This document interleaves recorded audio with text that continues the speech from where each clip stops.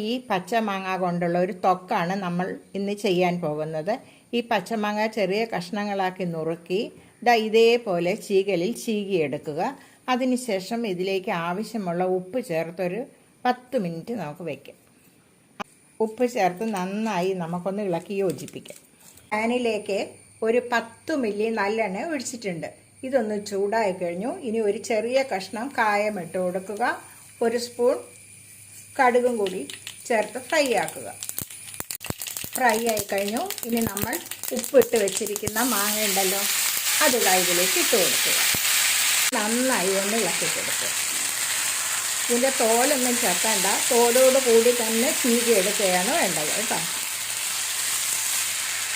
പിന്നെ പച്ചമാങ്ങയിൽ ധാരാളം ആരോഗ്യ ഗുണങ്ങളുണ്ട്. പഴുത്ത മാങ്ങയെക്കാട്ടിൽ പച്ചമാങ്ങയിലാണ് ആരോഗ്യ ഗുണങ്ങൾ കൂടുതലുള്ളത്.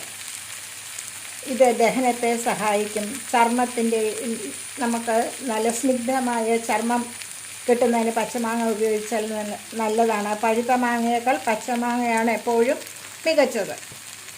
പച്ചമാങ്ങ ഉപ്പും മുളകും കൂട്ടി കഴിക്കാത്ത നമ്മൾ ആരും ഉണ്ടാവില്ല. പക്ഷെ നമുക്കിപ്പോൾ ഒരു വയസ്സൊക്കെ ആയി കഴിയുമ്പോൾ ആ പച്ചമാങ്ങ അങ്ങനെ തന്നെ കഴിക്കാൻ പറ്റില്ല.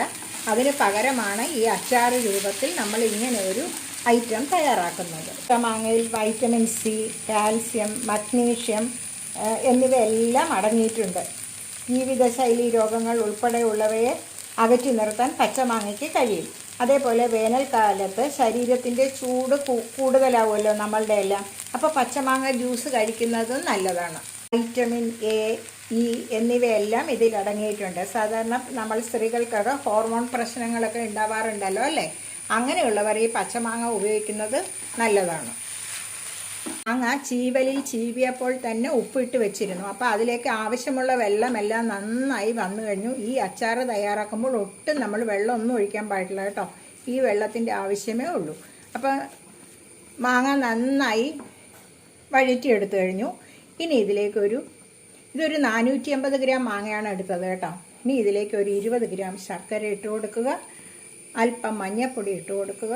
അതിനുശേഷം വീണ്ടും നന്നായി ഒന്നും കൂടി ഒന്ന് ശർക്കര അലിയുന്നത് വരെ വരട്ടിയതിന് ശേഷം വേണം നമുക്ക് മുളക് പൊടി ചേർക്കാൻ.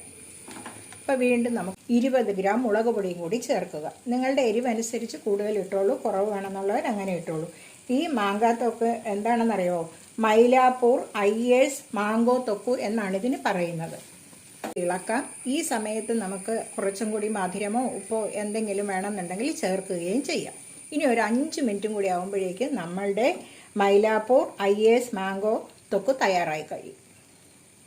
രുചികരമായ മൈലാപ്പൂർ അയ്യേഴ്സ് മാങ്കോ തൊക്കു തയ്യാറായി കഴിഞ്ഞു. എല്ലാവരും ഇത് തയ്യാറാക്കി നോക്കുക. ചാനൽ കാണുക, സപ്പോർട്ട് ചെയ്യുക. താങ്ക്